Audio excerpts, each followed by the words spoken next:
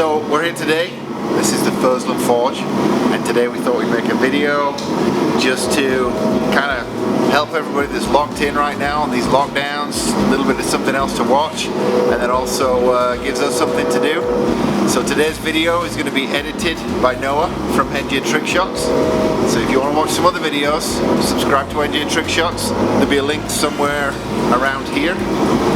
But what we're going to do today is we're going to take some 1095.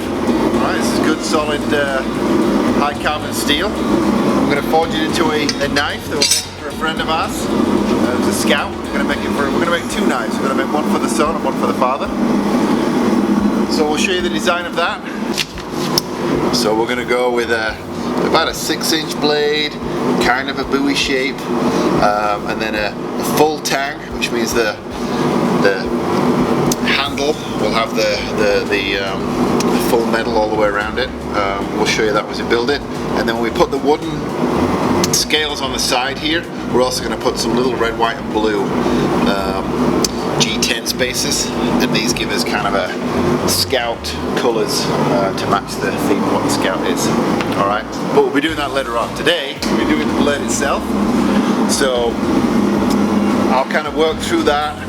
We'll maybe do one of those time-lapse videos so you can see that. But the exciting part of it is we're using some new equipment today. So if you stand back now, you'll be able to see. So we just got a brand new anvil, although you can tell it's not brand new. This is probably a very old anvil, very heavy. Alright, so I got that last weekend, and then I also made myself a new hammer. So I used what was a sledgehammer, and we chopped all the edges off, and hopefully we'll see what this feels like as far as making a nice banging sound. Okay?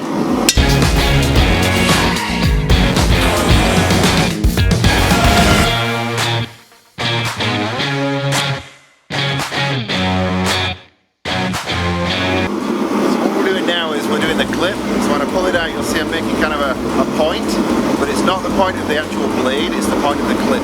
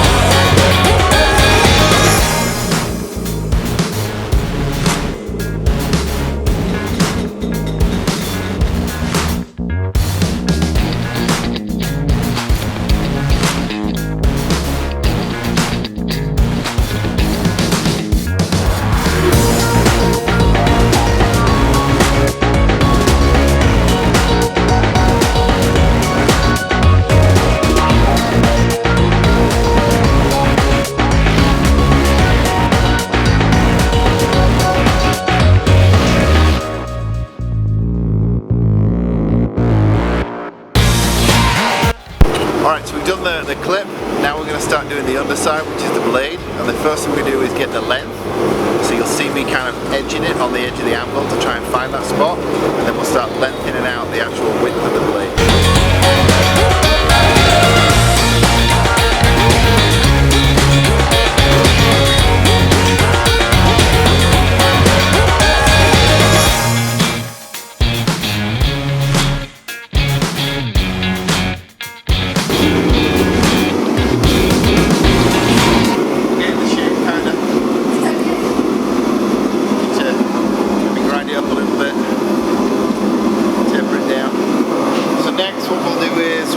More shaping, and then we'll start working on the handle.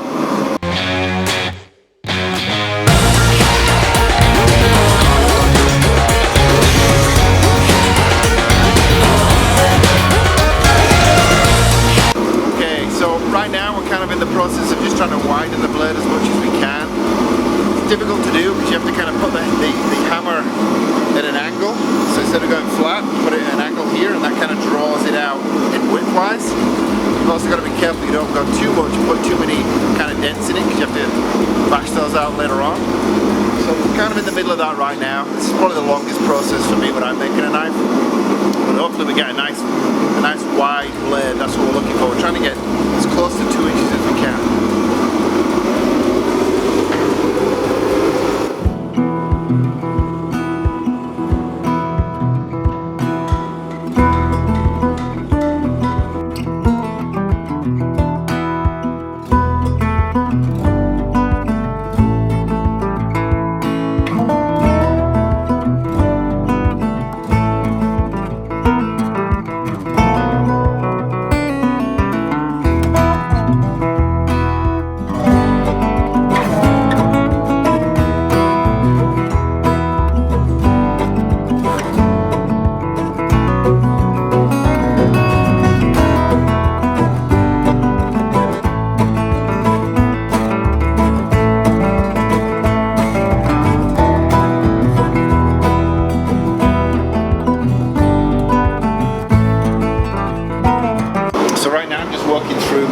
Dimensions here, a little bit short, not quite cut the tip of the blade shape I'm looking for, but I'll see if I can get that in there. But we're looking for about a 6-inch blade. I think I'm on about 6.5 now, so I do have a little bit of wiggle room there.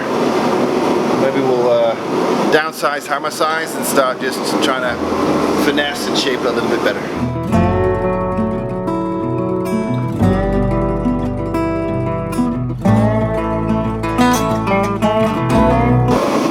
Basics of the blade now, I think. Alright, so we can kind of grind it and work it a little bit better there, but I've got a nice shape that I'm looking for. Now I have to start working here, where the blade's going to end. So we'll try and level that up a little bit, and then we'll start working on the actual handle itself. So I'm going to put it back in the heat, and we'll start working on the back end now.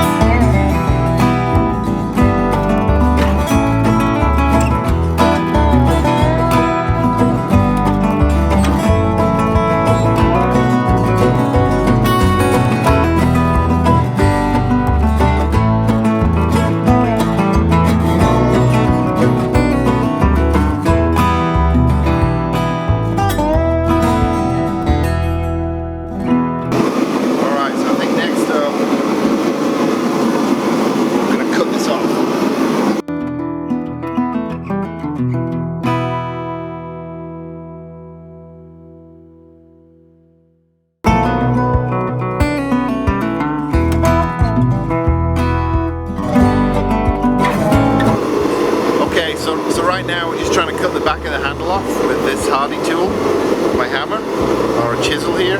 I normally put this in a vise and it's a lot easier, but I've not got my vise up and running today. So I'm taking my time, and what I don't want to do is have this chisel go all the way through the metal and hit the anvil because it'll make a mark. So I'm taking it easy, we'll cut it shortly.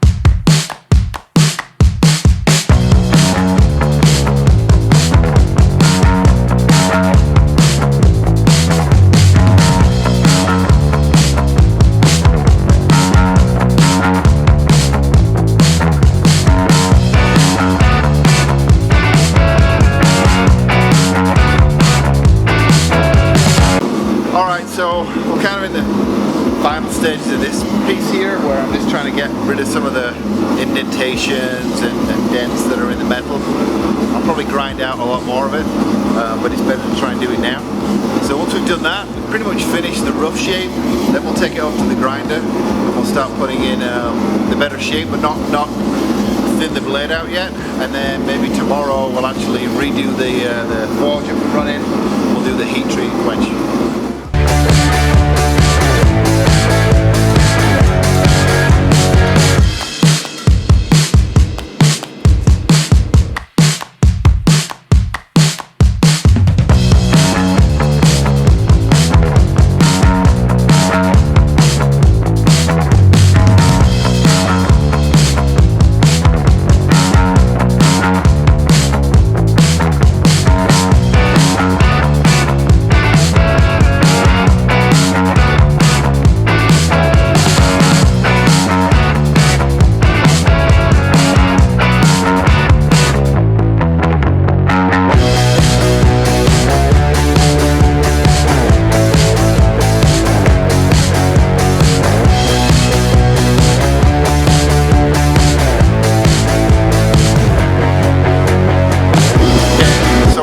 Did was grind the back of the handle off, only because when I was using the cutting tool to cut the back of it off, and it caused like a kind of a triangle pin shape, and that's going to be very difficult to try and forge out with a hammer, so I kind of cheated and grinded it off. But once you ground it off, now I can start shaping the handle again.